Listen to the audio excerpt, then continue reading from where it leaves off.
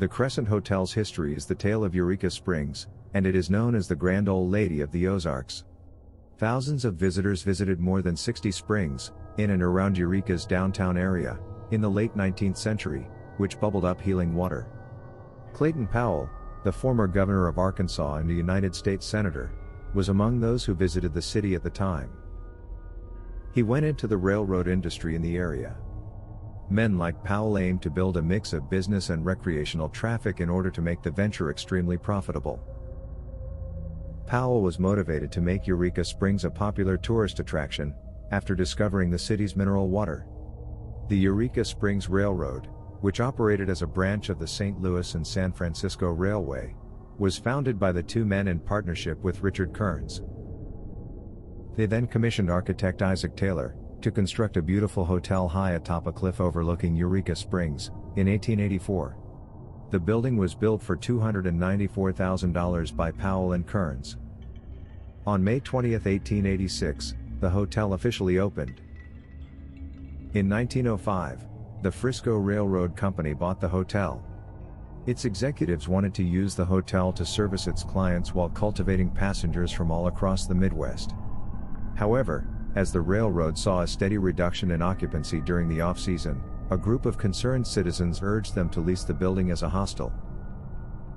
Crescent College and Conservatory for Young Women was founded in 1908.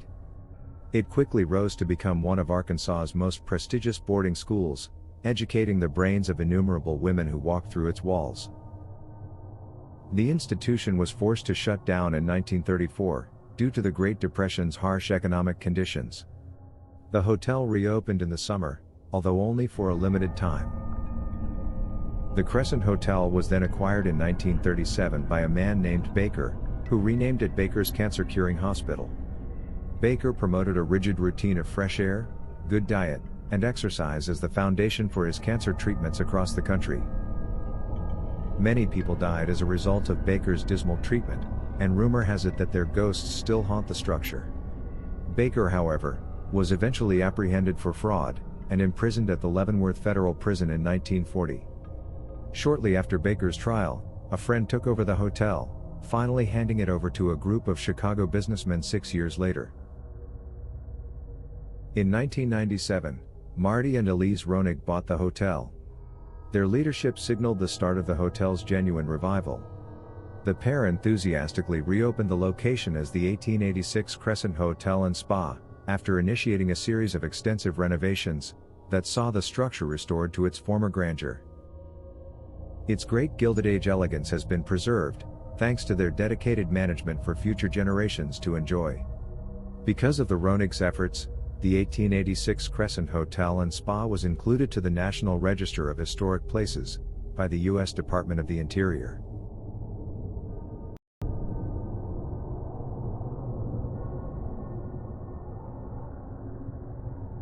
The hotel is also renowned as one of the Ozarks' most haunted locations. The most frequently seen apparition is a red-haired Irish stonemason, known as Michael by the employees. Michael is said to have been one of the first masons, who worked on the hotel's construction in 1885. He lost his balance while working on the roof, fell to the second-floor area, and was killed.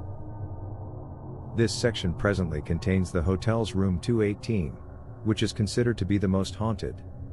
Michael is a nefarious ghost that enjoys tampering with the lights, doors, and TVs, as well as beating loudly on the walls.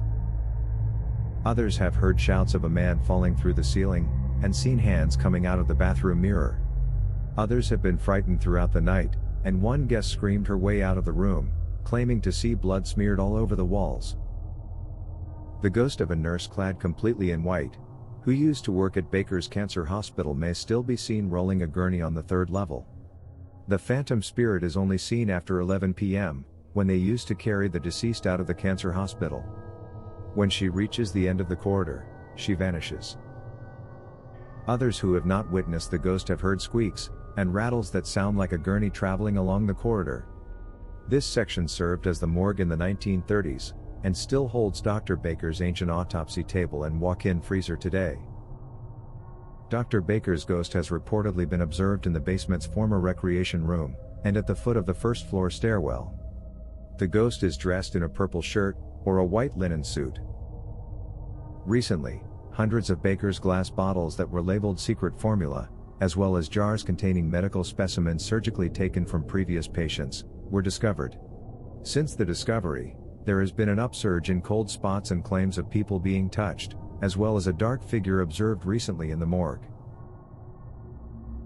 On the third level, where the hotel links to an annex added onto the hotel while it was a hospital, a repeating event occurs. The location has been described as a doorway to another world. At the same point on the nightly ghost tour, many customers have become weak, with a few passing out temporarily, for no apparent cause.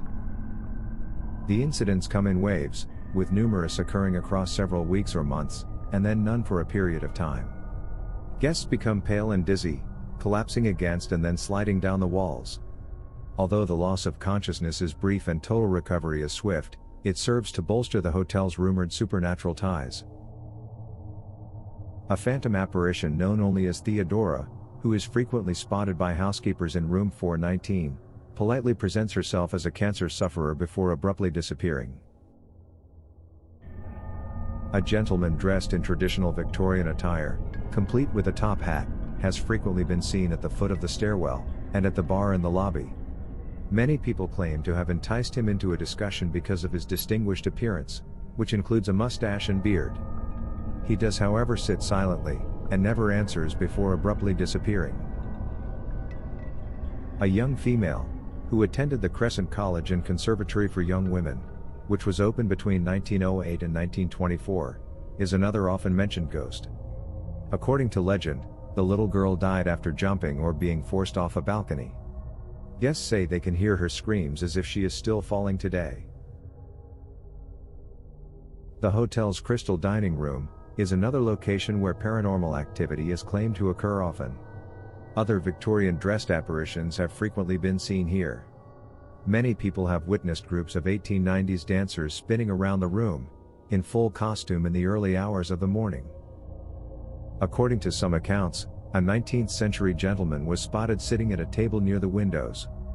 "I saw the most gorgeous woman here last night, and I am waiting for her to return," he adds when approached.